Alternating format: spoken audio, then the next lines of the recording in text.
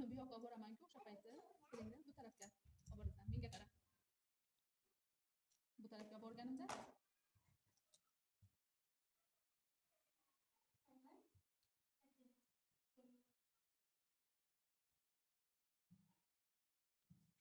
turamiz.